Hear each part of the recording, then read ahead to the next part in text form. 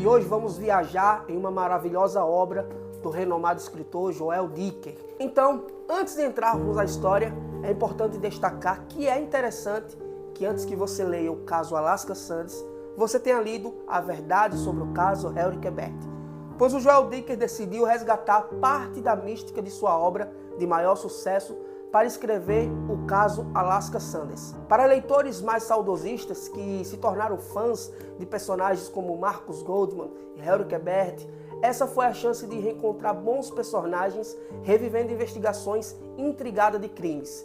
E isso tem sempre excelentes chances de agradar e dar certo. E foi o que aconteceu. O caso Alaska Sands é um caso diferente do caso de Harry Quebert. Mas por resgatar personagens do passado, é importante ter essa leitura, porque esse livro não deixa de ser como se fosse uma sequência da vida de Marcus Goldman após os eventos narrados em A Verdade sobre o caso de Harry Quebert. E para ser bem preciso, muitas cenas e capítulos do livro estão diretamente ligadas à obra de maior do sucesso de Dicker. Então vamos para a história. Em abril de 1999, a pacífica cidade de Mount Pleasant, em New Hampshire, é devastada por um assassinato. O corpo de Alaska Sands, uma jovem de 22 anos, é encontrado à beira de um lago, ao lado do cadáver de um urso negro abatido. E tudo leva a crer que foi um ataque desse animal que tirou a vida de Alaska.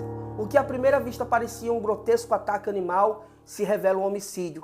E a despeito da comoção generalizada, a questão é solucionada em poucos dias e os culpados foram presos. 11 anos depois, o sargento Perry Galliard, um dos encarregados da investigação na época, estava vivendo um dos piores momentos de sua vida quando recebe uma perturbadora carta anônima. O conteúdo da mensagem faz Galliard questionar tudo o que pensava sobre o caso ocorrido há uma década antes. Teria ele seguido uma pista falsa? Teria então chegado a uma conclusão equivocada?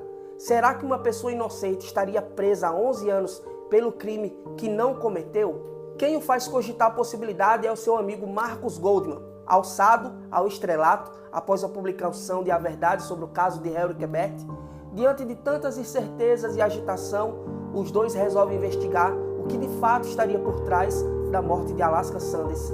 E logo fica evidente que o cenário que se descortina é muito mais complexo do que parecera anos antes. Somente unindo forças, Galliard e Goldman terão alguma chance de descobrir a verdade. Então, novamente, estes dois personagens que foram fundamentais no passado para elucidar o caso Harry Quebert unem forças agora no caso de Alaska Sands. Então, os dois juntos começam a rever todo o caso. Mas não é uma missão nada fácil, pois já se transcorreu 11 anos. A ideia é entender em qual momento da investigação eles erraram e se perderam. E quanto mais investigam, mais evidências do erro vão surgindo e muitas pistas novas vão sendo reveladas. Coisas que passaram totalmente batidas e que não poderiam ter deixado passar.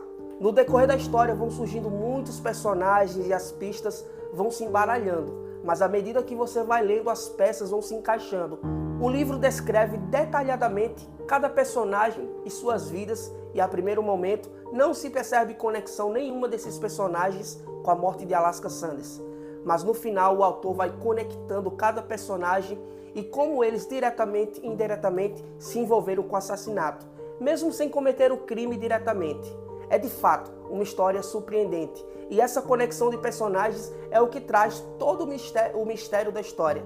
E quando se aproxima do final do livro e já está tudo claro sobre quem de fato é o verdadeiro assassino, o autor lhe dá uma rasteira e tudo o que você pensava ser não é nada daquilo. O caso Alaska Sands pode ser explicado sobre dois pontos de vista. Primeiro, trata-se de uma investigação de um crime ocorrido e solucionado, com culpados condenados e cumprindo pena. Um fator que vai desencadear a reabertura do inquérito e suas muitas reviravoltas acontece no acaso de um bilhete enviado por uma testemunha ocular de erros cometidos pela polícia. Só que isso acontece 11 anos depois. Joel Dicker tem um dom invejável para pensar tramas intricadas e extremamente bem elaboradas. Seu jeito de narrar, alternando passado e presente e embaralhando pensamentos e flashbacks, consegue confundir os leitores e levá-los literalmente para um labirinto em que nada é o que parece.